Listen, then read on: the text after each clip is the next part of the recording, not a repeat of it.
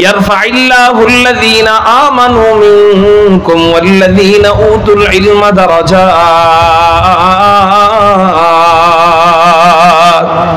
আল্লাহ পাক রব্বুল আলামিন বলেন, যারা ঈমান এনেছে এবং ইলম প্রাপ্ত হয়েছে। এই আয়াতে আল্লাহ দুইটা গুণের কথা বলতেছেন। এক নাম্বার যারা ঈমান এনেছে, দুই নাম্বার যারা ইলম প্রাপ্ত হয়েছে, অর্থাৎ যারা আলেম হয়েছে। আল্লাহ পাক রব্বুল আলামিন বলেন, এই দুই গুণে গুণান্বিত হলে আমি আল্লাহ তাদের জন্য পুরস্কার কি দিব? আমি আল্লাহ তাদের জন্য পুরস্কার দিব। আমি আল্লাহ তাদের শান, তাদের মান, তাদের মাকাম, তাদের আজমত, তাদের ইজ্জত, তাদের মর্যাদা, তাদের সম্মান আমি আল্লাহ বাড়ায় দেওয়ার জিম্মাদারি নিয়ে নিলাম। আর আসতে বলেন সুবহানাল্লাহ। আচ্ছা বলেন আপনারা, দুনিয়াতে সম্মান চায় না কে? পৃথিবীতে এমন কোন মানব আছে যে সম্মান চায় না? সবাই সম্মান চায়। রাস্তায় ওই জুতা সেলাই করে যারা, মানুষের জুতা ধরে, কিন্তু এই ব্যক্তিটাও সম্মানের আশা করে। আপনি যদি এরে জুতা সেলাই করার পরে বলেন যে তোমার জুতা সেলাই ভালো হয় নাই, সে কষ্ট পাবে। কেন? আপনি তার কাজকে সম্মান দিলেন না, অবমূল্যায়ন করলেন। মেথর যে ডাস্টবিন পরিষ্কার করে, ডাস্টবিন পরিষ্কার করার পরে আপনি যদি বলেন তোমার ডাস্টবিন পরিষ্কার করা সুন্দর হয় না, অমুক এলাকার অমুক লেবারের ডাস্টবিন পরিষ্কার করা ভালো হয়, তাইলে সে কষ্ট পাবে, কারণ আপনি তার কাজকে সম্মান করেন নাই।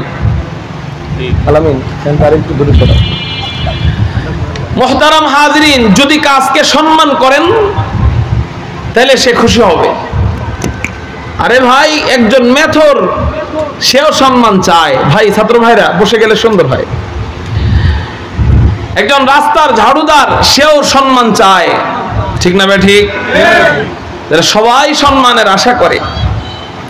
কেউ সম্মানের জন্য ডাক্তার হয়, কেউ সম্মানের জন্য ইঞ্জিনিয়ার হয়, কেউ সম্মানের জন্য ব্যারিস্টার হয়, সম্মানের জন্য কেউ চেয়ারম্যান হয়, সম্মানের জন্য কেউ এমপি হয়, সম্মানের জন্য কেউ মন্ত্রী হয়। কিন্তু সম্মান দেনেওয়ালাকে আওয়াজ হয় নাই, চিৎকার দিয়ে বলেন সম্মান দেনেওয়ালাকে।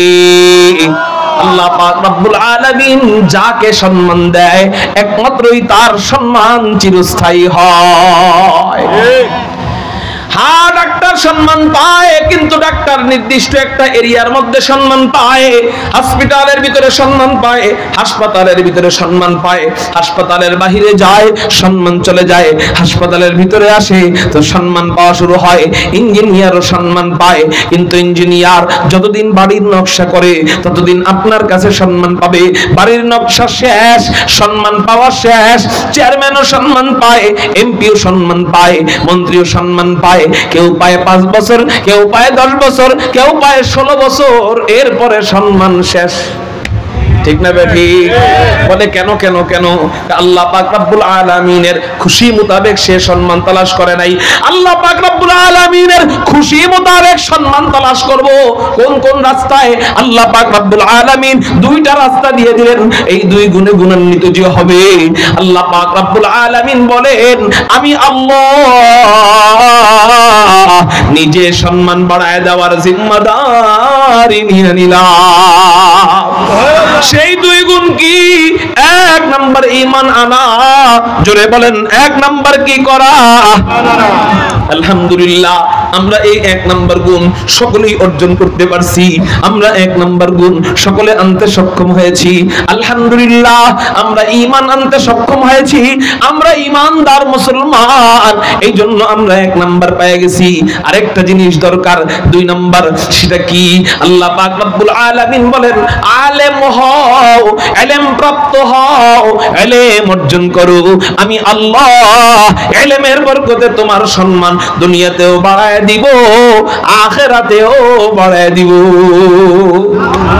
তাহলে চলেন আপনাদেরকে একটু শোনাই ইলম অর্জনের কত ফজিলত। ছেলেটাকে মাদ্রাসায় পড়াইলে আল্লাহ ওই ছেলের মর্যাদা কত দিবেন, মেয়েটাকে মাদ্রাসায় পড়াইলে আল্লাহ ওই মেয়েটার মর্যাদা কত দেয়, মেয়েটাকে আলেমা বানাইলে আল্লাহ ওকে কি কি পুরস্কার দিবে, ছেলেটাকে আলেম বানাইলে পাক রব্বুল আলামিন ওই ছেলেকে কি কি পুরস্কার দিবেন চলেন আপনাদেরকে একটু ইলম অর্জনের ফজিলত সম্পর্কে আলোচনা করি। কেন কেন করব? কয় তিনটা কারণে করব। এক নাম্বার, আলেমদের বিরোধিতা কখনো করব না। সবাই বলেন আলেমদের বিরোধিতা কখনো করব না। দুই নাম্বার, আলেমদের কথা মোতাবেক চলবো। তিন নাম্বার, সন্তানদেরকে আলেম বানাবো। আল্লাহ আমাদেরকে এই তিন কাজের উপর আমল করবার তৌফিক দান করুক। সবাই বলি আমিন। আল্লাহ পাক আলেমের সম্মান বাড়ায় দেয়। কোরআনে বললেন আল্লাহ। এবার কোরআনের থেকে ব্যাখ্যা করব, তাফসীর করব। কোরআনের সবচেয়ে উত্তম তাফসীর হলো, কোরআনের সবচেয়ে উত্তম তাফসীরের মাধ্যম হলো কোরআনের আয়াত টু আয়াত। আয়াতের তাফসীর অন্য আয়াত করবে। এই আয়াত যদি খুঁজে না পাওয়া যায় তাহলে আয়াতের তাফসীর হাদিস করবে। দ্বিতীয় উত্তম সূরত কি বলেন? তাফসীর করার প্রথম সূরত উত্তম সূরত আয়াত টু আয়াত।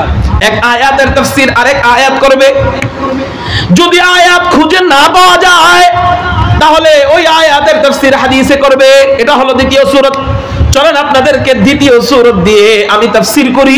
আল্লাহ পাক রব্বুল আলামিন আলেমের কত মর্যাদা বাড়ায়, ইলমের কত মর্যাদা বাড়ায়, ইলমে দ্বীনের মজলিসের কত মর্যাদা বাড়ায়। চলেন আপনাদেরকে একটু শোনায় দেই। ইলম অর্জনের এক নাম্বার মর্যাদা, ইলমের মজলিসে বসার এক নাম্বার মর্যাদা, মাদ্রাসায় ভর্তি হওয়ার এক নাম্বার মর্যাদা, তলবে ইলম হওয়ার এক নাম্বার মর্যাদা। সুনানে দারাকুতনির মধ্যে হুজুর আকরাম সাল্লাল্লাহু আলাইহি ওয়াসাল্লাম জানায় দেয়, ক্বালা রাসূলুল্লাহ সাল্লাল্লাহু আলাইহি ওয়াসাল্লাম, মাজলিসু ফিকহিন খায়রুম মিন ইবাদাতি 60 সানা। হুজুর আকরাম সাল্লাল্লাহু আলাইহি ওয়াসাল্লাম বলেন, যে ব্যক্তি ইলমে দ্বীনের মজলিসে বসলো, ইলমে দ্বীনের একটা মজলিস কত দামি ও দুনিয়াবাসী শুইনা নাও। একটা ইলমে দ্বীনের মজলিস আল্লাহর কাছে কত দামি। কয় একটা ইলমে দ্বীনের মজলিসে বসলো, এখনো ইলম শিখে নাই, এখনো আলিফ শিখে নাই, এখনো বা শিখে নাই, এখনো তা শিখে নাই, এখনো আলহামদুলিল্লাহ রাব্বিল আলামিন পারে না, আর রহমানির রহিম মালিক ইয়াউমিদ্দিন, ইয়াকা না'বুদু ওয়া ইয়াকা নাস্তাঈন, ইহদিনাস সিরাতাল মুস্তাকিম, সিরাতাল্লাযীনা আন'আমতা আলাইহিম গায়রিল মাগদুবি আলাইহিম ওয়ালাদ-দাল্লিন। এখন এগুলা পারে না, মাত্র বসছে শিখার জন্য। কিসের জন্য? নবীজি বলেন ওইটাই ইলমের মজলিস, ওটাই ফিকহের মজলিস। ওই ফিকহের মজলিসে, ইলমের মজলিসে যে ব্যক্তি বসবে, এই বসাটার কত দাম? নবীজি বলেন 60 সানা, 60 বছর নফল ইবাদত করার চেয়েও, 60 বছর নফল ইবাদত মানি 60 বছর লাগাতার তাহাজ্জুদ পড়ার চেয়েও, 60 বছর লাগাতার আওয়াবিন পড়ার চেয়েও, 60 বছর লাগাতার লা ইলাহা ইল্লাল্লাহর জিকির করার চেয়েও, 60 বছর লাগাতার হজ, নফল হজ করার চেয়েও, ওই যে একটা সন্তান, ওই যে একটা তলবে ইলম, ওই যে একটা মাদ্রাসার ছাত্রী, ওই যে একটা মাদ্রাসার ছাত্র ইলমের মজলিসে বসছে, 60 বছর নফল ইবাদত করার চেয়েও ওই বসাটা আল্লাহর কাছে কোটি গুণ দামি। একটু চিৎকার দিয়া বলেন না সুবহানাল্লাহ। 60 বছর এক এক মজলিসের বরকতে কয় বছর জোরে বলেন? 60 বছর। আলহামদুলিল্লাহ, আপনারাও কিন্তু ইলমের মজলিসে বসছেন নাকি? এটা কোনো কৌতুকের মজলিস, এটা গল্প গুজবের মজলিস, শুধু কিচ্ছা কাহিনীর মজলিস? কয় না না না না, এটাও ইলমের মজলিস। আপনারাও এখানে বসছেন, এই বসার বরকতে আল্লাহ পাক রব্বুল আলামিন শুধু বসার কারণে ওয়াজ মুখস্থ করার দরকার নাই, ওয়াজ বুঝার দরকার নাই, শুধু বসছেন, এই বসার কারণে আল্লাহ পাক রব্বুল আলামিন গনে গনে 60 বছর নফল ইবাদতের সওয়াব আল্লাহ দিয়ে দিবে। এটা আপনারা তো বসেন বছরে 2-1 বার, ঠিক না ঠিক? মাহফিল হয় বছরে এই এলাকায় ধরেন 5টা বা 10টা। আপনারা সুযোগ পান, চাইলেও সুযোগ পান, বেশি চান কিন্তু সুযোগ পান 10টা। কিন্তু আপনার মেয়েটাকে যদি আপনি মাদ্রাসায় দেন, আপনার ছেলেটাকে যদি আপনি মাদ্রাসায় দেন, ও না চাইলেও কতগুলো সুযোগ পাবে জানেননি? কয় প্রতিদিন কমপক্ষে 12টা ইলমের মজলিস হয়। ফজরের নামাজের আগে উস্তাদ জি আজানের আগে জাগায় দেয়, তাহাজ্জুদ নামাজের সময় জাগায় দেয়, তাহাজ্জুদ নামাজের সময় যখন জাগায় দেয়, ওই ছাত্রটা ওই ছাত্রীটা তাহাজ্জুদের নামাজ পড়া 2 রাকাত নামাজ পড়া আল্লাহর কাছে গুনাহ মাফের জন্য কান্নাকাটি কইরা মা বাবাদের সুস্থতার জিন্দেগির জন্য মাফ চায়া আল্লাহর কাছে কান্নাকাটি কইরা এরপরে ইলমের মজলিস কায়েম করে ফজরের নামাজের আগ পর্যন্ত ওই ইলম চর্চা করতে থাকে। একটা ইলমের মজলিস কায়েম হয়, আবার ফজরের নামাজের পর আরেকটা ইলমের মজলিস কায়েম হয়, আবার 7টা ঘন্টা হয়। যোহরের নামাজের আগ পর্যন্ত 7টা ক্লাস হয়। আগে ছিল 2টা, এখন হইল 7টা। মোটমাট কয়টা ইলমের মজলিস পাইলো? 9টা ইলমের মজলিস পাইলো। আবার যোহরের নামাজের পরে ইলমের মজলিস পায় হইল 10টা। আবার মাগরিবের নামাজের পরে ইলমের মজলিস কায়েম হয় মাদ্রাসায় হইল 11টা। আবার ইশারের নামাজের পর 10:30 11টা পর্যন্ত আবার ইলমের মজলিস কায়েম করে হয়ে গেল 12টা। আচ্ছা বলেন না, একটা ইলমের মজলিসের দাম আমি বলবো না, নবীজি কি যেন বলছেন, একটা ইলমের মজলিসের দাম কয় বছর নফল ইবাদতের চেয়েও দামি? আরো জোরে, 60 বছর নফল ইবাদতের চেয়েও দামি। আচ্ছা, লাইলাতুল কদরের কত দাম? কুরআনুল কারীমের মধ্যে আল্লাহ সূরাতুল কদরের মধ্যে জানায় দেয়, লাইলাতুল কদরি খায়রুম মিন আলফি শাহর। একটা লাইলাতুল কদর, কদরের একটা রাত কেউ যদি পায় যেন 1000 মাস ইবাদত করলো। অর্থাৎ একটা লাইলাতুল কদর 1000 মাসের চেয়েও দামি। আর 1000 মাস 83 বছর 4 মাসের সমান। 1000 মাস কয় মাসের সমান? কয় বছরের সমান? 83 বছর 4 মাসের সমান। আচ্ছা, এটা কোরআনে আসছে, আর একটু আগে যেটা বলছি সেটা হাদিসে আসছে। তো কোরআনে আসছে বইলা দাম বেশি দিব, হাদিসে আসছে বইলা দাম দিব না, এটা তো হতে পারে না। মুসলমানের জন্য কোরআনও রাস্তা দেখায়, হাদিসও রাস্তা দেখায়। মাকামের দিক দিয়ে কোরআন উপরে, এটা ঠিক আছে, কারণ কি কোরআন ডাইরেক্ট আল্লাহর কালাম। কিন্তু কোরআন আল্লাহর কালাম হলেও কোরআন ওহী, হাদিসও ওহী। নবীজিও কোনো হাদিস নিজের থেকে বলেন নাই যতক্ষণ আল্লাহর হুকুম না হইছে, আল্লাহর ইশারা না হইছে, ততক্ষণ পর্যন্ত নবীজি ওয়া মা ইয়ানতিকু আনিল হাওয়া ইন হুয়া ইল্লা ওয়াহয়ুহা। আমি মন মতো হইতেছে না, আওয়াজ চিৎকার দিয়ে বলেন আল্লাহু আকবার। এখন আমি বললাম দেখা বলছেন, আমি এখন থেকে আর বলবো না, শুধু ইশারা দিব, দেখবো আপনাদের বুকের সাউন্ড, গলার সাউন্ড কেমন। আল্লাহর নামের তাকবীরটা দিল খুইলা, মন খুইলা, আওয়াজ খুইলা বলতে পারবো তো ইনশাআল্লাহ? আল্লাহু আকবার। হাদিসটাও আল্লাহ পাকের ওহী, কুরআনটাও আল্লাহ পাকের ওহী। পার্থক্য হলো কুরআন ওহী মাতলু আর হাদিসটা ওহী গায়রে মাতলু। কুরআন তেলাওয়াত করা হয়, হাদিস তেলাওয়াত করা হয় না। কুরআন আল্লাহ পাকের কালাম, হাদিস আল্লাহ পাকের কালাম না, তবে ইশারা। সুবহানাল্লাহ বলেন। হাদিসটা আল্লাহ পাকের কি না বলেন? কালাম না। একজনকে আপনি বললেন পানি দাও, এটা আপনার কথা, আরেকজনকে বললেন কি? ইশারা। হাদিসটা আল্লাহর কালাম না, মাগার ইশারা। এটা ওহী আল্লাহ পাক রব্বুল আলামিন নবীজির অন্তরে ঢাইলা দেয়, অথবা হযরতে জিবরাইলের মাধ্যমে জানায় দেয়। এরপর নবীজি বলেন, তো হাদিসে আসছে লাইলাতুল কদর 1000 মাসের চেয়েও দামি। এটা নিয়ে আমরা অনেক কষ্ট করি, অনেক মেহনত করি। রমজান মাসের শেষ দশকে আমরা একটা রাত পাওয়ার জন্য, অর্থাৎ 83 বছর 4 মাসের ইবাদত, এই ইবাদতের অফার পাওয়ার জন্য ওই রাতকে আমরা অন্বেষণ করি। হ্যাঁ, এটা বুঝলাম, কিন্তু হাদিসের মধ্যে আসছে এটা আমরা বুঝলাম না, বুঝেও না বুঝার ভান্দুরি। কারণ ওই যে হাদিসে তো আসছে, এই জন্য আমরা তুচ্ছ করি। না বাজার, না না না, তুচ্ছ করলে হবে না। ওইটা তো 83 বছর 4 মাস। কিন্তু কোন তলবে ইলম যখন মাদ্রাসায় 2টা মাত্র ইলমের মজলিসে বসে, একটা ইলমের মজলিসের বরকতে 60 বছর, 2টা ইলমের মজলিসের বরকতে হয়ে যায় কয় বছর? কয় বছর? যোগ করে বলেন 120। আচ্ছা, 2 ইলমের মজলিসের বরকতে 120। এবার প্রতিদিন 12টা ইলমের মজলিস হয়। এই 12টা ইলমের মজলিসের বরকতে কয় হাজার? আল্লাহু আকবার। কয় হাজার? এবার এই তলবে ইলমটা আপনার ছেলেটাকে, আপনার মেয়েটাকে আপনি মাদ্রাসায় ভর্তি করে দেওয়ার পর থেকে নিয়ে একেবারে ফারেগা হওয়া আগ পর্যন্ত, আলেমা হওয়ার আগ পর্যন্ত কত হাজার হাজার ইলমের মজলিসে শরীক হওয়ার সৌভাগ্য আল্লাহ ওকে দান করেছে।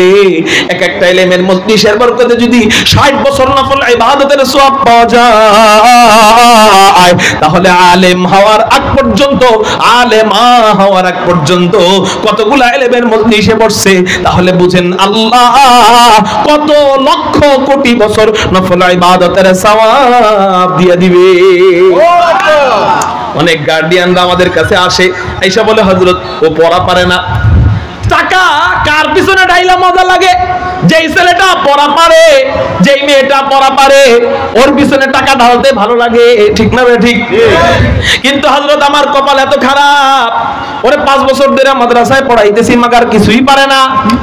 হুজুর এই জন্য সিদ্ধান্ত নিছে ওরে আর পড়াবো না। মেয়ে হইলে ওরে ঘরে ফেলায় রাখবো, বড় হইলে বিয়ে দিয়ে দিব, আর ছেলে হইলে ওরে কাজে দিয়ে দিব। এই আমাদের গার্ডিয়ানদের সিদ্ধান্ত এমন হয়ে যায়, সন্তান যদি পড়া না পারে, সন্তান যদি সবক না পারে, প্রতিদিন সবাই পারে কিন্তু মার খায়, প্রতিদিন সব সময় পরীক্ষায় অন্য অন্য ছাত্রীরা 1 হয় 2 হয় 3 হয়, কিন্তু 10 জন ছাত্রীর মধ্যেও 10 নাম্বার হয়, 20 জন ছাত্রীর মধ্যেও 20 নাম্বার হয়। হ্যাঁ হ্যাঁ হ্যাঁ, গার্ডিয়ানদের মনোবল ভাঙা যাওয়ার কথা।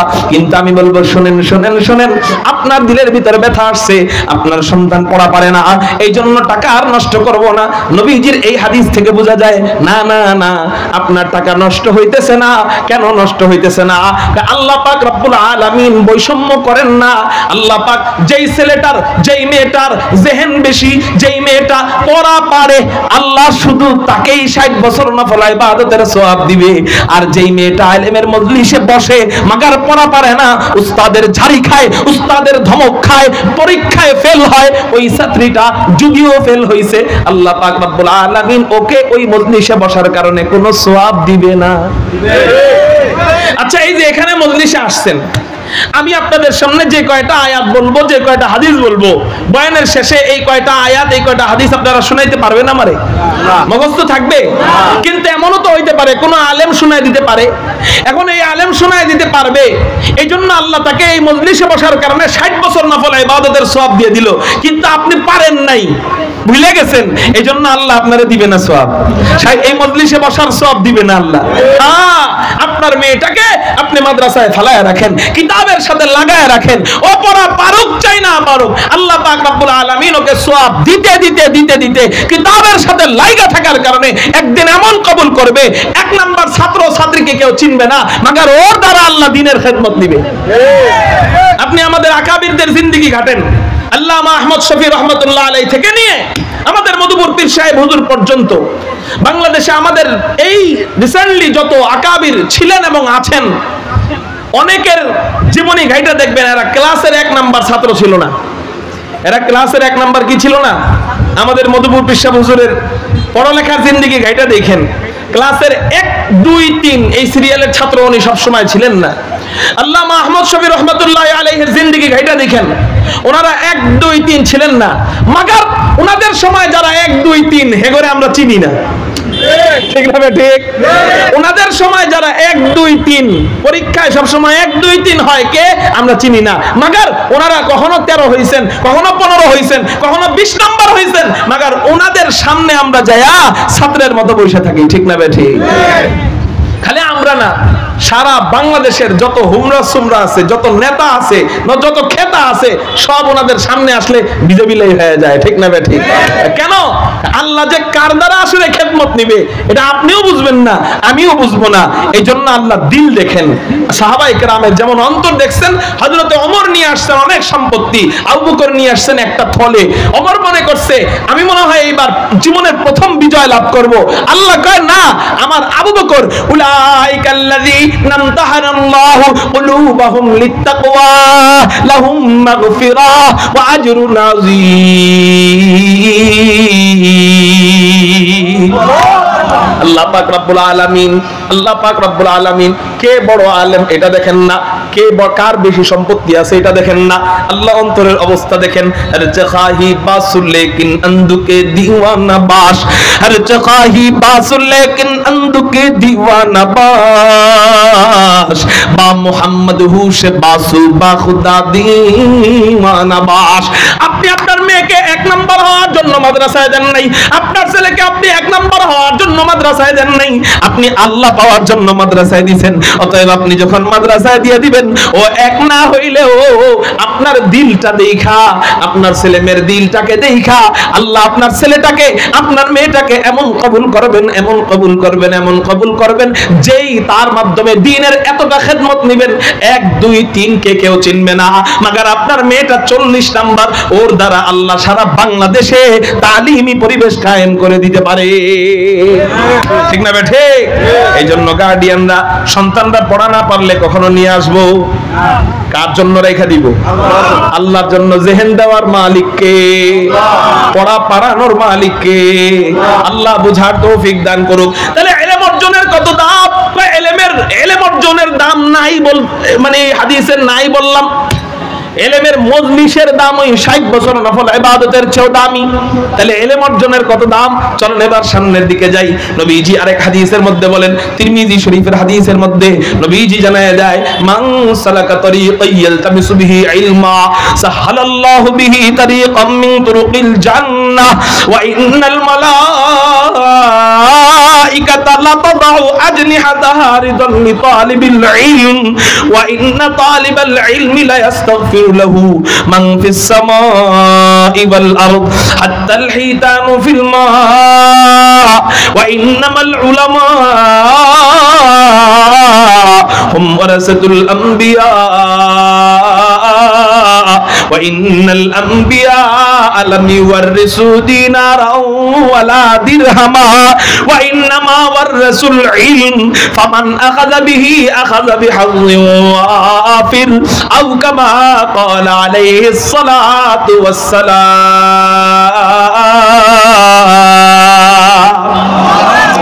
হুজুর আকরাম সাল্লাল্লাহু আলাইহি ওয়াসাল্লাম ইলম অর্জনের 2 নাম্বার ফজিলত বলতেছেন, মান সালাকা তরিকান ইয়ালতামিসু বিহি ইলমা সাহালাল্লাহু বিহি তরিকাম মিন তুরুকিল জান্নাহ। নবীজি তিরমিজির মধ্যে বলেন, যে ব্যক্তি ইলম অর্জনের জন্য কোন পথ অবলম্বন করবে, আল্লাহ পাক রব্বুল আলামিন তার জন্য জান্নাতের রাস্তা নিজে সহজ করে দিবেন। একটু চিৎকার দিয়া বলেন সুবহানাল্লাহ। আচ্ছা, আমরা জান্নাতে যাইতে চাই কারা কারা? আল্লাহু আকবার বলে হাত উঠাই। আলহামদুলিল্লাহ, আমরা সবাই জান্নাতে যাইতে চাই। কিন্তু আল্লাহ যদি আমার জন্য জান্নাতের রাস্তা কঠিন করে দেয়, আমার আপনার জন্য জান্নাতে যাওয়া সহজ হবে? সবাই বলেন, আমার আপনার জন্য যদি আল্লাহ জান্নাতের রাস্তা সহজ কঠিন করে দেয়, আমার আপনার জন্য জান্নাতের রাস্তা সহজ হবে? আমার আপনার জন্য যদি আল্লাহ জান্নাতের রাস্তা সহজ করে দেয়, আপনাকে আমাকে ইবলিস বাধা দিতে পারবে? তাহলে আল্লাহ যদি কাউকে জান্নাতে যাওয়ার রাস্তা সহজ করে দেয়, সেই জান্নাতে যাইতে পারবে। যার জন্য কঠিন করে দেয়, সে জান্নাতে যাইতে পারবে না তা বলি না, কিন্তু কঠিন হবে। কি হবে বলেন? তাহলে আল্লাহ পাক রব্বুল আলামিন কার জন্য জান্নাতের রাস্তা সহজ করেন? নবীজি হাদিসের মধ্যে বলেন, মান সালাকা তরিকান ইয়ালতামিসু বিহি ইলমা সাহালাল্লাহু বিহি তরিকাম মিন তুরুকিল জান্নাহ।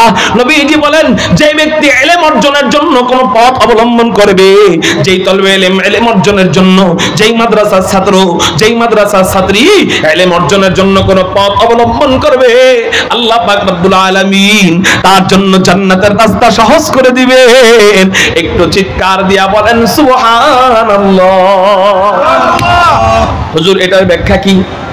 যেই ছাত্র ইলম অর্জনের জন্য পথ খুঁজবে, আল্লাহ তার জন্য জান্নাতের রাস্তা সহজ করে দিবেন। যে ব্যক্তি আলেম হবে না, তার জন্য আল্লাহ কি জান্নাতের রাস্তা তাহলে কঠিন করে দিবেননি? প্রশ্ন, হুজুর, যেই ব্যক্তি আলেম হবে, নবীজি হাদিসের মধ্যে বললেন, যে ব্যক্তি ইলম অর্জনের জন্য পথ অবলম্বন করবে, আল্লাহ তার জন্য, বুঝছেন, খুব বুঝছেন, যে ব্যক্তি ইলম অর্জন করবে, আল্লাহ নাকি তার জন্য জান্নাতের রাস্তা সহজ করে দিবেন। তাহলে উল্টা কথা হলো, যে ব্যক্তি ইলম অর্জন করবে না, তার জন্য আল্লাহ জান্নাতের রাস্তা, উল্টা কথা বলেন, বলেন উল্টাটা বলেন, কি করে দিবেন? কঠিন করে দিবেন। তাই হুজুর, এটার ব্যাখ্যা কি? আমরা তো আলেম হই নাই, তা আমাদের জন্য কি জান্নাতের রাস্তা কঠিন নাকি? খেয়াল করেন উত্তর, আলেমদের তুলনায় আপনাদের জন্য জান্নাতের রাস্তা একটু কঠিন। আলেমদের তুলনায় আপনাদের জন্য জান্নাতের রাস্তা একটু কি বলেন? কেমনে কঠিন? খেয়াল করেন। আল্লাহু আকবার। আল্লাহু আকবার। আপনি সুদ ছাড়া চলতে পারেন না, আলেম চাইলেও সুদ খাইতে পারে না। আপনি চাইলেও সুদ ছাড়তে পারেন না, আলেম চাইলেও সুদ খাইতে পারে। আপনি চাইলেও ঘুষ ছাড়তে পারেন না, আলেম চাইলেও ঘুষ খাইতে পারবে। আপনি চাইলেও ঘর থেকে টিভি নামাইতে পারেন না, আলেম চাইলেও ঘরে টিভি ঢুকাইতে পারবে। আপনি চাইলেও টিভির দোকান ছাড়া অন্য জায়গায় বসতে পারেন না, কিন্তু আলেম চাইলেও টিভির দোকানে বসতে পারবে। আপনি চাইলেও দাড়ি রাখতে পারেন না, সবাই না, অনেকে। আপনি চাইলেও দাড়ি রাখতে পারেন না, হয়তো বিবির বাধা, না হয় বন্ধু বান্ধবের বাধা, না হয় গার্লফ্রেন্ডের বাধা। আপনি চাইলেও দাড়ি রাখতে পারেন না, আলেম চাইলেও দাড়ি কাটতে পারে। তাহলে বলেন, আপনাদের জন্য আমাদের তুলনায় জান্নাতের রাস্তা সহজ হলো না কঠিন হলো? কিন্তু আমাদের অবস্থা এমন, আমাদের অবস্থা এমন, আমাদের চাওয়া লাগে না। আলহামদুলিল্লাহ, আমরা এমন ভাবেই বড় হইছি যে দাড়ি কখনো কাটা লাগবে না, আমাদের সুদ খাওয়া লাগে না। আমাদের মসজিদের ইমামরা 7,000 টাকা বেতন পায়, 8,000 টাকা বেতন পায়। আপনি খোঁজ নিয়ে দেখেন, আপনার বেতন কমপক্ষে 30,000 টাকা, আপনার মাসিক আয় 30,000 টাকা, তারপরেও আপনার 20,000 টাকা শর্ট। এই 20,000 টাকা পাওয়ার জন্য আপনি সুদ খাইতেছেন, তারপরেও আপনার সংসারের থেকে অভাব যায় না। 10 বছর সুদি কারবার করেন, 20 বছর ধরে সুদি কারবার করেন, আপনার সংসার থেকে তারপরে অভাব যায় না। তখন আপনি মাসালা দেওয়া শুরু করেন যে পিঠ বাঁচানো নাকি ফরজ, জীবন বাঁচানো নাকি ফরজ, সন্তান বাঁচানো নাকি ফরজ। হুজুর এই জন্য আমি সুদ খাই। হুজুর আপনার অভাব নাই, এই জন্য আপনি খান না। আমি বলবো, মিয়া আপনি জীবন বাঁচানো ফরজ বইলা সুদ খাইতেছেন, সুদ ছাড়া আপনি চলতে পারতেছেন না। তাহলে হুজুর বেতন পাইতেছে 7,000, আগে ফরজ তো ছিল তার জন্য সুদ খাওয়া। তাহলে হ্যাঁ, সুদ ছাড়া চলতে পারে কেমনে? পারে কেমনে বুঝেন না? কয় আলেম হইছে, কোরআনের সাথে লাইগা রইছে, হাদিসের সাথে লাইগা রইছে, আল্লাহ তার জন্য দুনিয়াটা সহজ করে দিছে। ওই 7,000 টাকা দিয়েই আপনার চেয়ে ভালো মার্কেট করে, আপনার চেয়ে ভালো খায়, আপনার চেয়ে সুন্দর কইরা বসবাস দুনিয়াতে করতে পারে। এটা সে সহজ করতে পারছে না, আল্লাহ সহজ করে দিছে।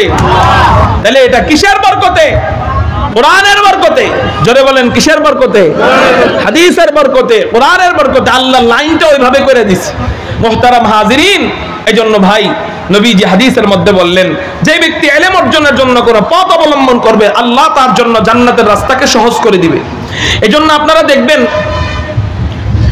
বাড়িতে কেউ নামাজ পড়তো না, একটা সময় কেউ নামাজ পড়তো না, কিন্তু আপনি একটা ছেলের মাদ্রাসায় দিয়েছেন, ওই ছেলেটা আস্তে আস্তে বড় হয়, বাড়ির সবাই আস্তে আস্তে নামাজিও হয়। ঠিক না ভাই? ঠিক। কেন? ওই ছেলেটা মাদ্রাসা থেকে শিখে আসছে যে আজান দিলে মসজিদে যাইতে হয়। ওই ছেলেটা এবার বন্ধের মধ্যে বাড়িতে আসে, আজান দিলে মসজিদে যায়। হ্যাঁ, ওর সাথে সাথে এবার ওর ছোট ভাইও যায়, ওর ছোট ভাইগনা যায়, ওর ভাইস্তা যায়। এবার 3-4 জন একসাথে যখন মসজিদে যায়, সবাই ওই বাবাকে ধরে, বাবা তোমার নাতি নাতকুর, তোমার সন্তানরা সবাই এখন মসজিদে যায়, তুমি যাও না কেন? বাবা লজ্জায় পড়ে, ছেলে মসজিদে যায়, বাপ যায় না, লজ্জা না? এখন বাপেও মসজিদে যায়, বাপরে দেখে এবার মায়েও নামাজ পড়ে, এবার বাপ মারে দেখে আলহামদুলিল্লাহ পুরা ঘরটাই জান্নাতি পরিবেশ হয়ে যায়। আলেম তারা হয় নাই, একজনের মাদ্রাসায় ভর্তি করাইছে, একজনের উসিলায় পুরা অল ফ্যামিলি নামাজি হয়ে গেছে। এটার বাস্তব নমুনা, আপনি দূরে যাওয়া লাগবে না। আমি আমার ফ্যামিলির কথা বলি, আমার আপনার নানির বংশধরের কথা নয়, আমার বাবার বংশধরের মধ্যে সর্বপ্রথম আলেম আমার বাবা। সর্বপ্রথম আলেম আমার কে? বাবা। আমার চাচা, বড় চাচা, দ্বিতীয় চাচা, তৃতীয় চাচা কেউ আলেম না। আমার দাদা, উনিও আলেম না। আমার দাদিদের ফ্যামিলি কেউ আলেম না। কিন্তু আমার আব্বা তাদের মধ্যে থেকে যুদ্ধ জিহাদ করে মাদ্রাসায় গেছে। তারা মাদ্রাসায় পড়াইতে চায় নাই, পালায়া মাদ্রাসায় চলে গেছিল। রাত্রেবেলা ট্রাং মাথায় নিয়ে বাসার থেকে পালায়া মাদ্রাসায় চলে গেছিল। আল্লাহ জান্নাতের রাস্তা সহজ করে দিবে। ইলম অর্জনের 3 নাম্বার ফজিলত হুজুর আকরাম সাল্লাল্লাহু আলাইহি ওয়াসাল্লাম বলেন, এই মজার কথা নবীজি বলতেছেন, ওয়া ইন্নাল মালাইকাতা লাতাদাউ আজনিহাতাহা রিদান লিতালিবিল ইলম। যে ব্যক্তি ইলম অর্জন করবে, যে ব্যক্তি তলবে ইলম হবে, যে ব্যক্তি মাদ্রাসায় যাবে, যে ছাত্রটা মাদ্রাসায় যাবে, এখনো আলিফ শিখে নাই, এখনো বা শিখে নাই, এখনো তা শিখে নাই, এখনো আলহামদুলিল্লাহ রাব্বিল আলামিন পারে না, আর রহমানির রহিম পারে না, মালিক ইয়াউমিদ্দিন ইয়াকা না'বুদু ওয়া ইয়াকা নাস্তাঈন ইহদিনাস সিরাতাল মুস্তাকিম সিরাতাল্লাযীনা আন'আমতা আলাইহিম গায়রিল মাগদুবি আলাইহিম ওয়ালাদ-দাল্লিন। এগুলো এখনো শিখে নাই, মাত্র শিখার জন্য ঘর থেকে বের হইছে। আল্লাহ পাক রব্বুল আলামিন ফেরেশতাদেরকে ডাক দিয়া বলেন, ও আমার ফেরেশতারা, এই বাচ্চাটা আমি আল্লাহর কাছে এত দামি, এত দামি, এত দামি, এত দামি।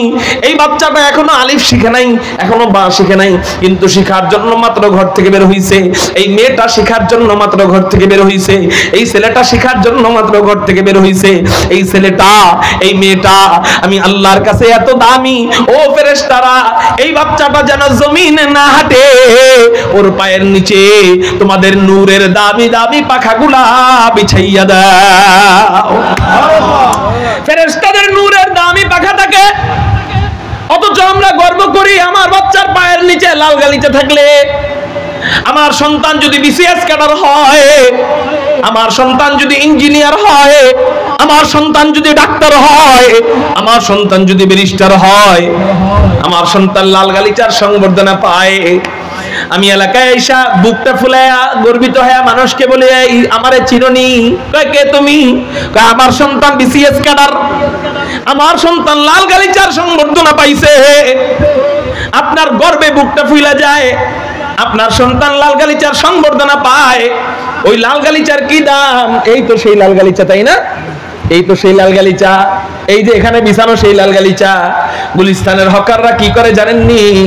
এই লাল গালিচা পাইকারি দরে কিনে, পাইকারি দরে কেনার পর পাপোশ আছে না, পাপোশ বা দানি, ওই পাপোশের সাইজে এই লাল গালিচা কাটে, কিনারে সেলাই করে, এরপর এটা একটা পাপোশ হয়ে যায়।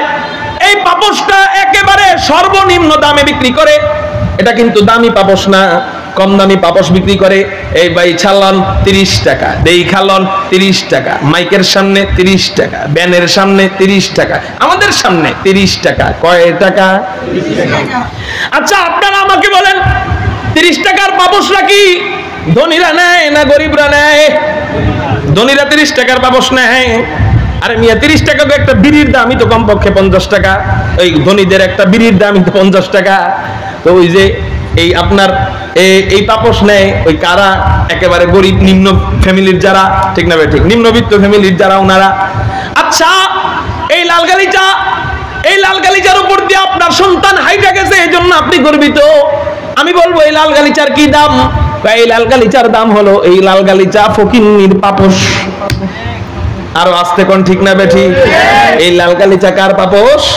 ফকিন্নির পাপোশ। এই লাল গালিচা গরিবের পাপোশ। আপনি বলতে পারেন, হুজুর আপনি আরেকজনের ফকিন্নি বইলা গালি দিলেন, আপনি কি অনেক বড় লোক নাকি? আমি বলবো না না না, ওর আল্লাহ পাক নিজেই জানায় দেয়, আল্লাহুল গনিয়্যু আনতুমুল ফুকারা, একমাত্র আমি আল্লাহ ধনী, তোরা ফকির। হয়তো ও ছোট ফকির, আমি বড় ফকির, এই হলো পার্থক্য। মাগার সবাই আমরা ফকিন্নি, সবাই আমরা কি? যাই হোক, তো বলতেছিলাম এগুলা হলো ফকিন্নিদের পাপোশ, মানে আমাদের পাপোশ। ফকিন্নির পাপোশের উপর আপনার সন্তান হাঁটে, এই জন্য আপনি সমাজের মধ্যে গর্বিত। কিন্তু আমার আপনার সন্তান যদি মাদ্রাসায় যায়, ও আলিফ পড়ে, ও বা পড়ে, ও তা পড়ে, আপনার কাছে ওই সন্তানের দাম কম হইতে পারে, আপনার কাছে ওই সন্তানটা বোকা হইতে পারে, আপনার কাছে ওই সন্তানটা বোঝা হইতে পারে, ওই সন্তানটা সমাজের বোঝা হইতে পারে। কিন্তু আল্লাহ পাক রব্বুল আলামিন ফেরেশতাদেরকে ডাক দিয়া বলেন, ও আমার ফেরেশতারা, এই বাচ্চাকে আমি আল্লাহ এত সম্মান দিতে চাই, এত সম্মান দিতে চাই যে সাধারণ কোনো সম্মান দিব না। ও ফেরেশতারা, তোমাদের নূরের ডানাগুলা বিছায়া দাও, তোমাদের নূরের পাখার উপর হাইটা হাইটা এই বাচ্চারা মাদ্রাসায় আসা যাওয়া করবে। আর ফেরেশতাদের নূরের একটা ডানার কত দাম? পুরা পাখার কথা বাদ দিলাম, একটা মাত্র পর। পর চিনেননি আপনারা? আমাদের গ্রামের ভাষায় বলে ফইর, ফইর একটা পর। এই একটা পর কত দামি? কয় একটা পর কত দামি? কয় 7 আসমান এক পাল্লায়, 7 জমিন ওই পাল্লায়, 7 আসমান এবং জমিনের মাঝখানে যত সম্পত্তি আছে সবগুলো এক একত্রে, আরেক পাল্লার মধ্যে ফেরেশতাদের মাত্র একটা নূরের পাখা রাখা হবে। সাত আসমান সাত জমিনের চেয়েও ফেরেশতাদের একটা নূরের পাখার দাম আল্লাহর কাছে কোটি কোটি কোটি কোটি গুণ বেশি। একটু চিৎকার দিয়া বলেন না সুবহানাল্লাহ।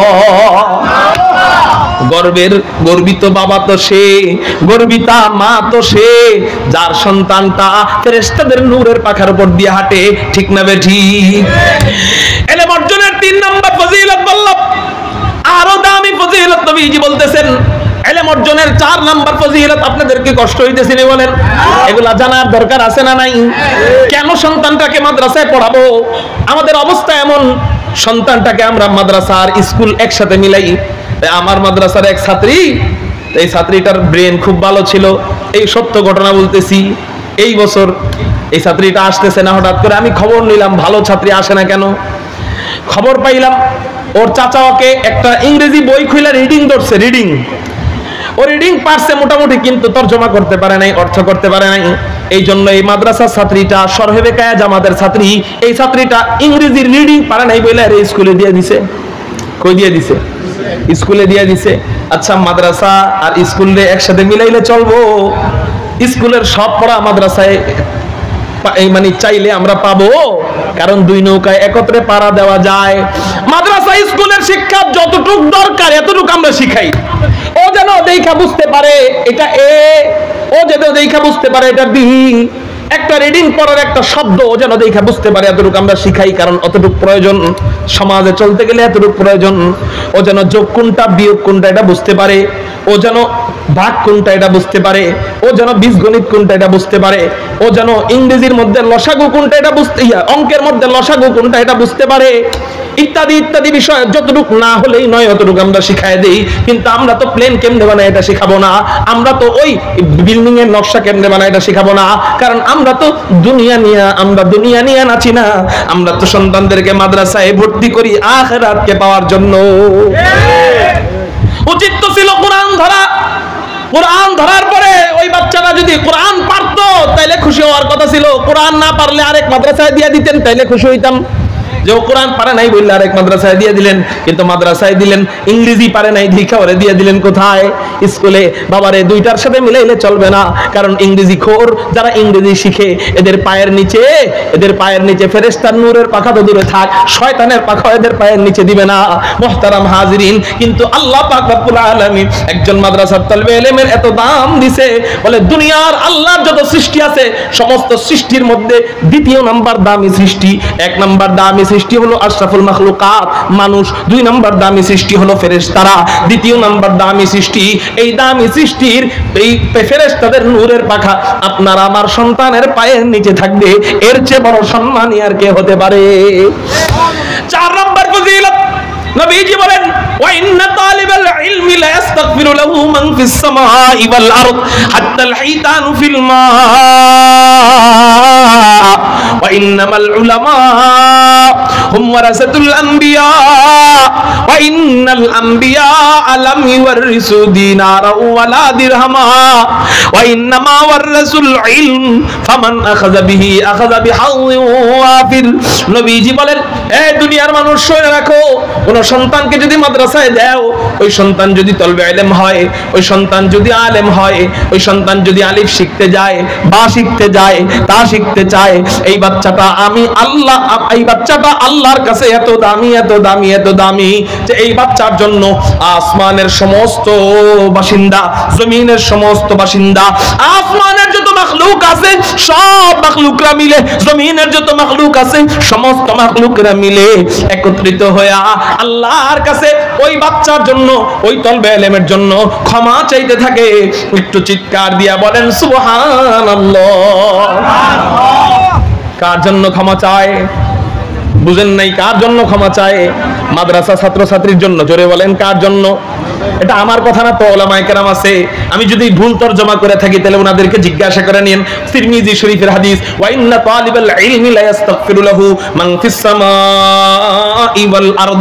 আসমানের সমস্ত বাসিন্দা, আসমানের বাসিন্দা কারা? বলে আসমানে থাকে ফেরেশতারা, আসমানে থাকে পূর্ব যুগের নবীরা। জোরে বলেন, আসমানে থাকে কারা?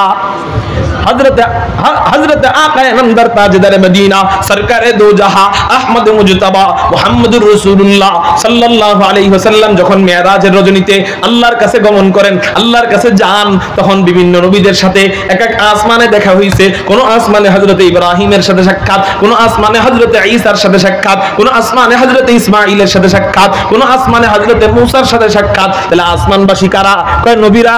আসমানবাসী কারা? কয় ফেরেশতারা। এবার জমিনবাসী কারা?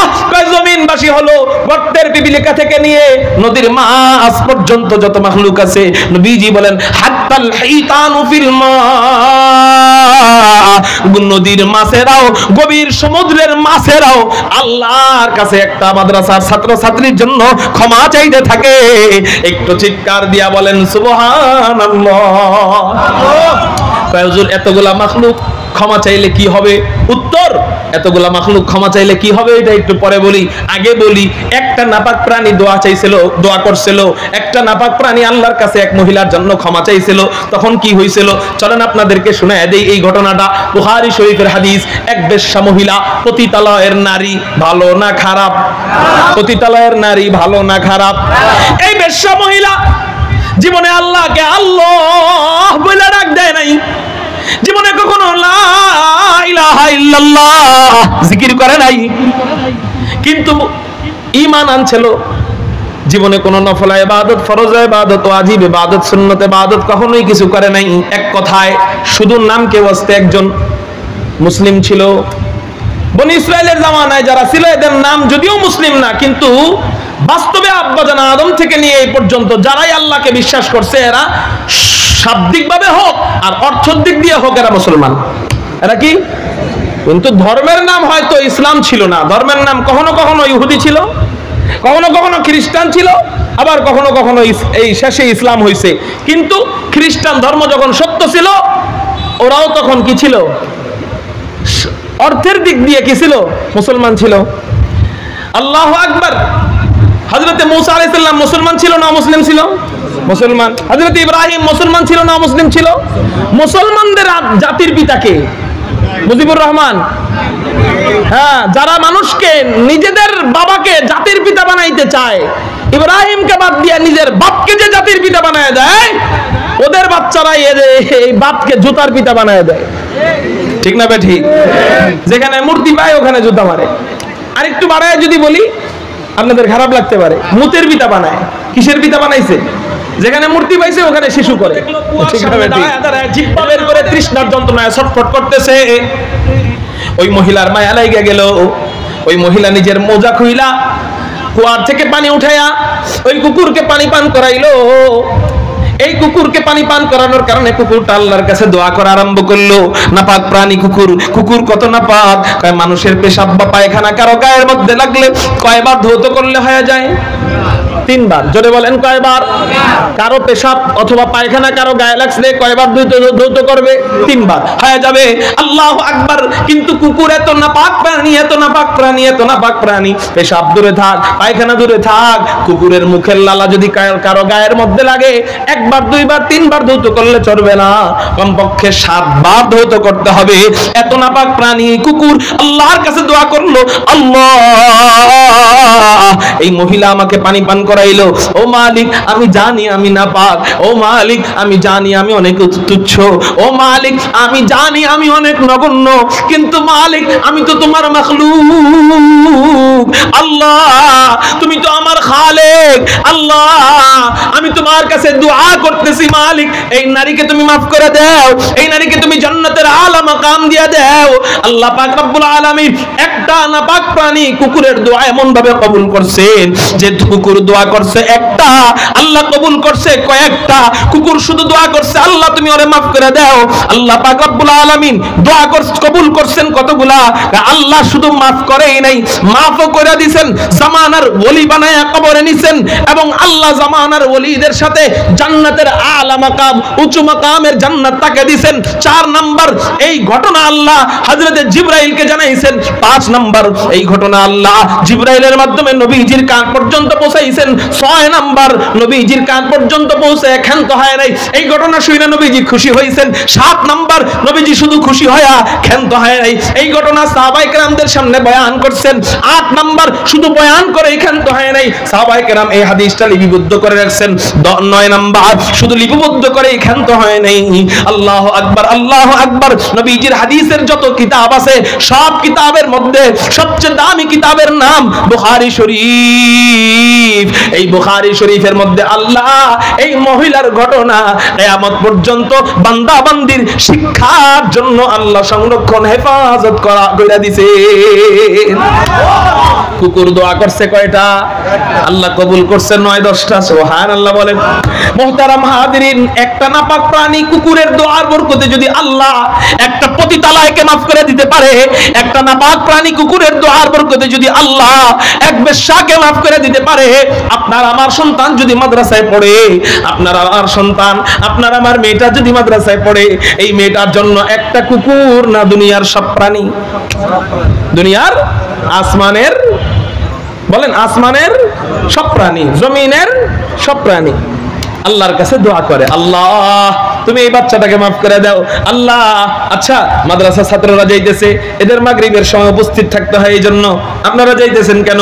মেহেরবানি করে বসেন, আল্লাহ আজকের বয়ানের উসিলায় আমাদের দিলকে পরিবর্তন করে দিক। সবাই বলি আমিন। তাহলে এতগুলো প্রাণীর দোয়া করলে, একটা প্রাণীর দোয়ার বরকতে যদি আল্লাহ ওই বেশ্যা মহিলাকে জান্নাতি বানায় দিতে পারে, এতগুলা প্রাণীর দোয়ার বরকতে যদি এতগুলা প্রাণীর দোয়ার বরকতে কি আল্লাহ আপনার আমার সন্তানকে জান্নাতি বানাবে না? বলেন বানাবে না? 4 নম্বর ফজিলত গেল ইলম অর্জনের। 5 নম্বর ফজিলত নবীজি বলেন, ওয়া ইন্নামাল উলামা হুম ওয়ারাসাতুল আমবিয়া ওয়া ইন্নাল আমবিয়া লাম ইওয়ারিসু দিনারাও ওয়ালা দিরহামা ওয়া ইন্নামা ওয়ারাসুল ইলম ফামান আখাযা বিহি আখাযা বিহাউযি ওয়াফির আও কামা ক্বালা আলাইহিস সালাতু ওয়াস সালাম। নবীজি বলেন, এবার এই বান্দাটা, এবার এই বান্দিটা আলেম হয়ে গেল অথবা আলেমা হয়ে গেল। আলেম বা আলেমা হয়ে যাওয়ার পরে কি হইল জানুনি? নবীজি বলেন, এই তুমি এবার শুনে রাখো, আমি আমার চেয়ার থেকে চলে যাইতেছি, কারণ সবারই মওত হবে। কুল্লু নাফসিন যায়িকাতুল মাউত, প্রত্যেকটা প্রাণীকেই মৃত্যুর স্বাদ গ্রহণ করতে হবে, মৃত্যুর স্বাদ আস্বাদন করতে হবে। হা হা হা, আমি নবী হইছি তো কি হইছে, আমার জন্য মওত নাই এমন না, আমারও মওত হবে, কিন্তু আমি আমার জায়গা থেকে চলে যাচ্ছি তো কি হইছে, আমার জায়গায় আমি আমার প্রতিনিধিদেরকে বসায় দিয়ে গেলাম, আমার জায়গায় আমি আমার খলিফাদেরকে বসায় রেখে গেলাম, আমি আমার জায়গায় আমার ওয়ারিসদেরকে বসায় দিয়ে গেলাম। আমার ওয়ারিস কারা? ইন্নামাল উলামা হুম ওয়ারাসাতুল আমবিয়া, আমার ওয়ারিস হলো, নবীদের ওয়ারিস হলো উলামায়ে কেরাম। একটু চিৎকার দিয়া বলেন সুবহানাল্লাহ। জোরে বলেন নবীদের ওয়ারিস কারা? আরো জোরে বলেন নবীদের ওয়ারিস কারা? উলামায়ে কেরাম। আচ্ছা আমি বলেন তো, আপনারা আমাকে প্রতিনিধি বড় না ওয়ারিস বড়? বুঝেন না আমার কথা? একজন আরেকজনকে প্রতিনিধি বানাইছে, যা আমি না থাকলে আমার অবর্তমানে তুমি কাজ করবা, প্রতিনিধি বানাইছে। আরেকজনে আরেকজনকে ওয়ারিস বানাইছে, বাপ মারা গেছে, ছেলেটাও জীবিত, ভাতিজাও জীবিত, সম্পত্তি পাবে কে? ভাতিজা পাবেনি, ছেলেও আছে, ভাতিজাও আছে, মাগার ভাতিজাও রক্তের সম্পর্ক, আবার ভাতিজা রক্তের সম্পর্কিত না, ছেলেটাও রক্তের সম্পর্কিত, কিন্তু রক্তের সম্পর্ক হওয়ার পরেও ভাতিজা সম্পত্তি পাবে না, ছেলে সম্পত্তি পাবে। এরপরে আছে আরেকজন খলিফা, প্রতিনিধি, প্রতিনিধিও সম্পত্তি পাবে না, পাবে কে? ওয়ারিস, ছেলেটা, ছেলেটা। তাহলে বলেন রক্তের সম্পর্ক বড় না ওয়ারিস বড়? খলিফা প্রতিনিধি বড় না ওয়ারিস বড়? আমি বলি উলামায়ে কেরামদেরকে নবীদের প্রতিনিধি বললে কম মনে হয়। নবীজি বললেন ওরা হলো আমার ওয়ারিস। সুবহানাল্লাহ। তাহলে আমি চাইলেই নবীর বাবা হইতে পারবো? বলেন, আমি কি চাইলেই নবীর বাবা হইতে পারবো? নবীর ছেলে হইতে পারবো? চাইলেই পারবো না, কিন্তু আমি চাইলে নবীর ওয়ারিসের বাবা হইতে পারবো। তার মানে কেমন যেন নবীজি আমার আত্মীয়, আমি নবীর ওয়ারিসের পিতা। সুবহানাল্লাহ বলো। আমি নবীর ওয়ারিসের পিতা। সুবহানাল্লাহ। তাহলে আমি যদি আমার একটা ছেলেকে অথবা মেয়েকে আলেম বা আলেমা বানাই, আমার কি লাভ হবে? আমার কি লাভ হবে? এই লাভটা বলি নাকি? এতক্ষণ 5টা হাদিস বললাম, 5টা হাদিসে বললাম ছেলেকে আলেম বানাইলে ছেলের লাভ, মেয়েকে আলেম বানাইলে মেয়ের লাভ। হুজুর হাসরের ময়দানে সবাই তো ইয়ানাফসি ইয়ানাফসি করবে, ওর লাভটা আমি কি করবো? আমার কি লাভ এটা কোন? বাঙালি নিজের লাভ বুঝে। চলেন তাহলে আপনার লাভ বলি। শেষ হাদিসটা আমি বইলা বয়ান শেষ করব ইনশাআল্লাহ। নবীজি তিরমিজি শরীফের মধ্যে বলেন, ইউশাফাউ ইয়াউমাল কিয়ামাতি সালাসাতুন আল আমবিয়া সুম্মাল উলামা সুম্মাশ শুহাদা। নবীজি বলেন হাসরের ময়দানে আল্লাহ 3 প্রকার ব্যক্তিকে সুপারিশের অনুমতি দিবেন। চিৎকার দিয়া বলেন, কয় প্রকার ব্যক্তিকে সুপারিশের অনুমতি দিবেন? আরো জোরে। আচ্ছা, আল্লাহু আকবার। আপনি জেলখানায় ধরা পড়ছেন, কোন একটা মামলায় আপনাকে জেলখানায় নিয়ে গেছে, আদালতের কাঠগড়ায় আপনি দাঁড়ানো, আপনার ব্যাপারে উকালতি যে করবে সে আপনার ছেলে। সে আপনার কে? ছেলে। উকালতি যে করবে সে আপনার ছেলে, আর জজ যে রায় যে দিবে হে আপনার ছেলের ঘনিষ্ঠ বন্ধু। সে আপনার ছেলের কি? ঘনিষ্ঠ বন্ধু। এমন বন্ধু যে আপনার ছেলেকে খুশি করার জন্য সে আপনার ছেলে যেমনে চায় সে অমনেই দেয়। আপনার ছেলে যেমনে চায় সে অমনেই দেয়। আপনার ছেলের ইশারায়ও সে আপনার ছেলের খুশি মোতাবেক কাজ করে। এমন ঘনিষ্ঠ বন্ধু। এই আসামির কোনো চিন্তা আছে নি? ছেলে হলো উকিল, আর জজ যে রায় দিবে সে ছেলের ঘনিষ্ঠ বন্ধু। এতটাই ঘনিষ্ঠ বন্ধু, ছেলের চেহারা বেজার হইলে ওই জজে সহ্য করতে পারবে না। নবীজি উকিল, নবীজি কি? হাসরের ময়দানে নবীজি সুপারিশকারী, আর আল্লাহ নবীজির এমন বন্ধু যে নবীজির চেহারা বেজার হইলে আল্লাহ পাক সহ্য করতে পারবে না। এই উকিলের সামনে দাঁড়ায় দাঁড়ায় আপনার পোলারে যদি আল্লাহ উকিল বানায় দেয়, সুবহানাল্লাহ বলেন। আপনার মেয়েটারে যদি আল্লাহ উকিল বানায় দেয়, এবার নবীজি বলেন তোমার সন্তানকে আলেম বানাও। হাসরের ময়দানে উকিল হবে 3 গ্রুপ। জোরে বলেন, কয় গ্রুপ? 3 গ্রুপ। হাসরের ময়দানে সুপারিশকারী হবে 3 গ্রুপ। 1 নাম্বার আল আম্বিয়া, প্রথম সারির সুপারিশকারী হবে নবীগণ। আমি নবী সুপারিশকারী হব। আমিনাল লাইলি ফাতাহাজ্জাত বিহি নাফিলাতাল লাক আসা আইয়াবাসাকা রাব্বুকা মাকামাম মাহমুদা। মাকামে মাহমুদের উপর দাঁড়ায় আমি নবীজি সুপারিশ করব। 1 নাম্বার নবীজি সুপারিশ করবে। 2 নাম্বার নবীজির সামনে দাঁড়ায় উকিল হবে তোমার সন্তান, আলেম যদি হয়। সুম্মাল উলামা, সন্তানকে যদি আলেম বানাও ওই সন্তান উকিল হবে, ওই সন্তানও সুপারিশ করবে। ওই সন্তান যখন সুপারিশ করবে আল্লাহ সন্তানকে সুপারিশের অনুমতি দিবে। ওই সন্তানটা যখন সুপারিশ করবে আল্লাহ পাক রব্বুল আলামিন সন্তানের সুপারিশ কবুল না করার কারণে কবুল করবেন না এই নিয়তে অনুমতি দিবে, না কবুল করবেন এই নিয়তে অনুমতি দিবে? কবুল করবেন বলেই তো অনুমতি দিবে। তার মানে আপনি আপনার ঘর থেকে একজন উকিল বানায় রেখে গেলেন। কোন জায়গার উকিল? আখিরাতের উকিল। আপনার ঘর থেকে একজন সুপারিশকারী রেখে গেলেন। আপনার লাভ কি বাবা? আপনার লাভ কি মা? আপনার বড় লাভ হইল আপনার সন্তানটা একজন সুপারিশকারী হলো। আপনি কবরে যাবেন, নবীজি বলেন ওই আলেম আপনার ব্যাপারে সুপারিশ করবে। ওই আলেম অথবা হাফেজ আপনাকে সুপারিশ করে জান্নাতে নেবে। আলেম যে কতজনকে সুপারিশ করবে এটার হিসাব নাই, তবে হাফেজের ব্যাপারে হিসাব আছে 10 জন। কয়জন? হাফেজের ব্যাপারে ইবনে মাজাহ শরীফের হাদিসে আসে 10 জন। আর আলেম যে কতজনকে সুপারিশ করবে ভালো জানেন কি? অন্য হাদিস থেকে বোঝা যায় একজন আলেমকে যত হাজার মানুষ ভালোবাসবে সবার ব্যাপারে সুপারিশ করবে। সুবহানাল্লাহ বলেন। আচ্ছা তাহলে বলেন, আলেম বানাইলে ছেলেরও লাভ, মেয়েরও লাভ, গার্ডিয়ানেরও লাভ, ঠিক না ভাই? ঠিক। এখন আসেন, আমার যদি একটা ছেলে নষ্ট হয়ে যায় জাতি বেশি ক্ষতিগ্রস্ত হবে, না আমার একটা মেয়ে নষ্ট হয়ে গেলে জাতি বেশি ক্ষতিগ্রস্ত হবে? বুঝেন নাই? আমার যদি একটা ছেলে নষ্ট হয়ে যায় তাহলে জাতি বেশি গোমরা হবে, না মেয়ে নষ্ট হয়ে গেলে জাতি বেশি গোমরা হবে? মেয়ে নষ্ট হইলে জাতি বেশি গোমরা হবে। কেন? খেয়াল করেন, এই এলাকায় পুরো এলাকার মধ্যে একজন চরিত্রহীন পুরুষ আছে। কয়জন?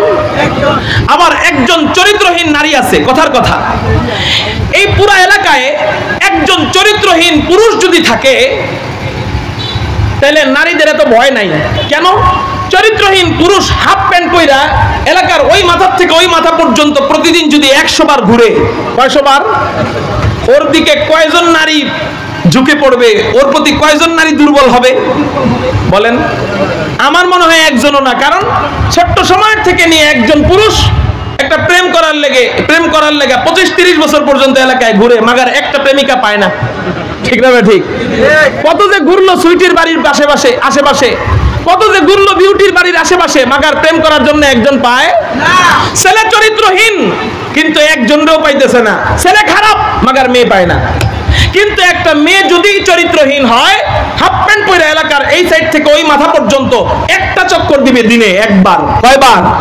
ওর পুরা জীবনে একবার চক্কর দিবে, ওর দিকে পুরা এলাকার সমস্ত বখাটের ছেলেরা তাকাতে বাধ্য হবে এবং সমস্ত ও যা চায় ওর ইশারায় প্রত্যেকটা এলাকার বখাটের ছেলেরা ওর কুপ্রস্তাবে রাজি হয়ে যাবে। তাহলে একটা মেয়ে যদি চরিত্রহীন হয়, এলাকার 1000 পুরুষের মধ্যে 1000 পুরুষকেই ও চরিত্রহীন বানায় ফেলতে পারে। কিন্তু একটা ছেলে যদি চরিত্রহীন হয়, ও 1000 মহিলার মধ্যে 1-2 হইতে পারে, 1-2 ছাড়া বাকিদেরকে চরিত্রহীন বানাইতে পারবে। তাহলে বলেন, মেয়ে যদি বদ্দিন হয়, দেশ জাতি ক্ষতিগ্রস্ত বেশি হবে কি হবে না? এর বড় একটা প্রমাণ, 16 বছর পর্যন্ত পুরো দেশটা খেয়ে গেছে একটা মাইয়া, শেষ পর্যন্ত ভাইকে চলে গেছে এক জায়গায়, ভালো শুকরিয়া, ওখানেই থাকেন, এখানে আসেন না, আপনার জায়গা ওই গরুর মুখ খরগো লগে। ঠিক না ঠিক? মেয়ে যদি নষ্ট হয়, মহিলা মাদ্রাসা হলো এই জাতির অক্সিজেন। বলেন, এই মহিলা মাদ্রাসায় জাতির কি? একজন মা ঠিক তো একটা ঘর ঠিক, একটা ঘর ঠিক তো দুইটা ঘর ঠিক, 3টা ঘর ঠিক হবে তো একটা সমাজ ঠিক হবে, একটা সমাজ ঠিক হবে তো একটা দেশ ঠিক হবে। ঠিক না ঠিক? আপনার একটা মেয়েকে আলেমা বানাইছেন, কি বানাইছেন বাবা? আলেমা বানাইছেন। খেয়াল করেন, শ্বশুর বাড়ি দিয়ে দিছেন, শ্বশুর বাড়ির কেউ নামাজ পড়ে না, শ্বশুর বাড়ির কেউ নামাজ পড়ে না, কিন্তু মেয়েটা আলেমা হওয়ার কারণে মেয়েটা কি করে? নামাজ পড়ে। হঠাৎ করে মুয়াজ্জিন আজান দিছে, আল্লাহু আকবার, আল্লাহু আকবার, মুয়াজ্জিন আজান দিছে। তো আজান দেওয়ার সাথে সাথে আপনার মেয়েটা কি করবে? আলেমা হইছে না, মাদ্রাসায় পড়ছে না, ওই শ্বশুর বাড়িতে কেউ নামাজ পড়ে না, কিন্তু আজান দিছে পরে ওই মেয়েটা কি করবে? নামাজে চলে যাবে। 1 দিন যায়, 2 দিন যায়, 3 দিন যায়, বৈঠকে বসে যখন নামাজ পড়ে, 1 মিনিট, আজান কটায়? 29-এ। 1 মিনিট বলি, হ্যাঁ, টাইম কি আছে 1 মিনিট নাকি? আচ্ছা, 1 মিনিট। খেয়াল করে, ওই মেয়েটা আজান দিলে নামাজে চলে যায়। বৈঠকের সবাই এটা খেয়াল করছে, মেয়েটা যখন নামাজে চলে যায়, সবাই মেয়ের জামাইয়ের দিকে তাকায়, অর্থাৎ ওখানে ভাগ্নেরা বসা, ওখানে ভাগ্নিরা বসা, ওখানে ভাবি বসা, ওখানে মামা বসা, ওখানে মামি বসা, ওখানে মা বসা, ওখানে বাপ বসা, সবাই বসা। হঠাৎ করে দাঁড়ায় চলে গেছে নামাজে বউ। সবাই তাকাবে কার দিকে? জামাইয়ের দিকে। বউ চলে যাওয়ার পরে কার দিকে তাকাবে? জামাইয়ের দিকে। কেন তাকাবে বলেন তো? চোখের মধ্যে একটা ভাষা আছে, কথা আছে। বলেন তো কি কথা, কি ভাষায় তাকায় বলেন তো? বলেন বলেন। তোমার বউ নামাজ পড়ে, তুমি নামাজ পড়তে পারো না? ঠিক না ভাই? ঠিক। তোমার বউ নামাজ পড়ে, তুমি পড়তে পারো না।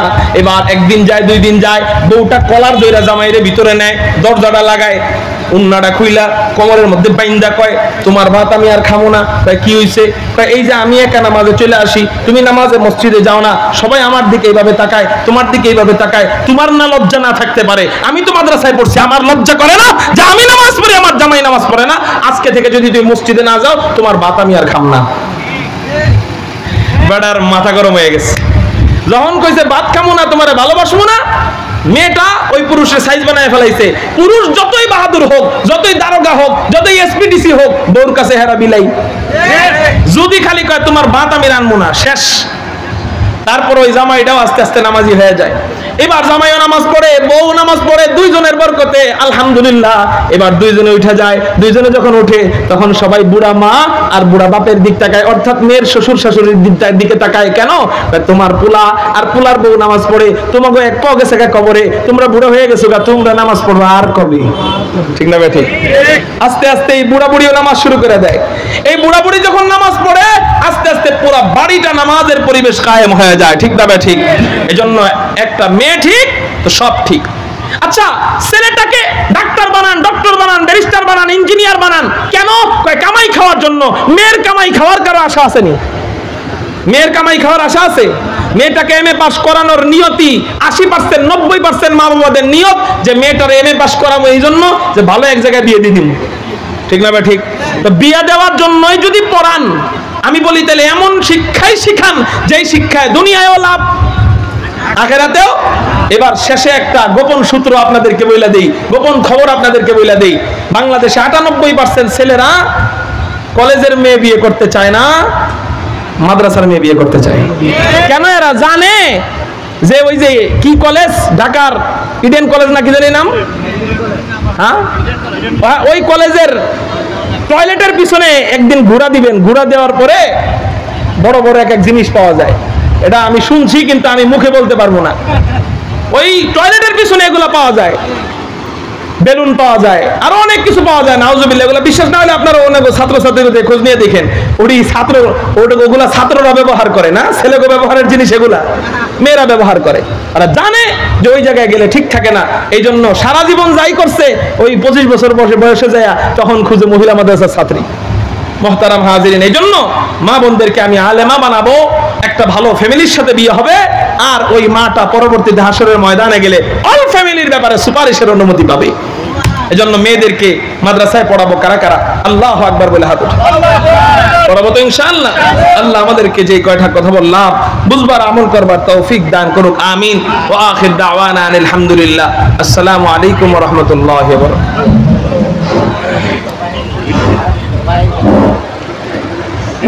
আলহামদুলিল্লাহ, আলহামদুলিল্লাহ। সম্মানিত হাজিরিন, আমরা এতক্ষণ পর্যন্ত খুবই গুরুত্বপূর্ণ আলোচনা শুনছিলাম। আমাদের মাঝে আলোচনা করেছিলেন মাওলানা উবাইদুর রহমান হুযাইফী। আল্লাহ রাব্বুল আলামিন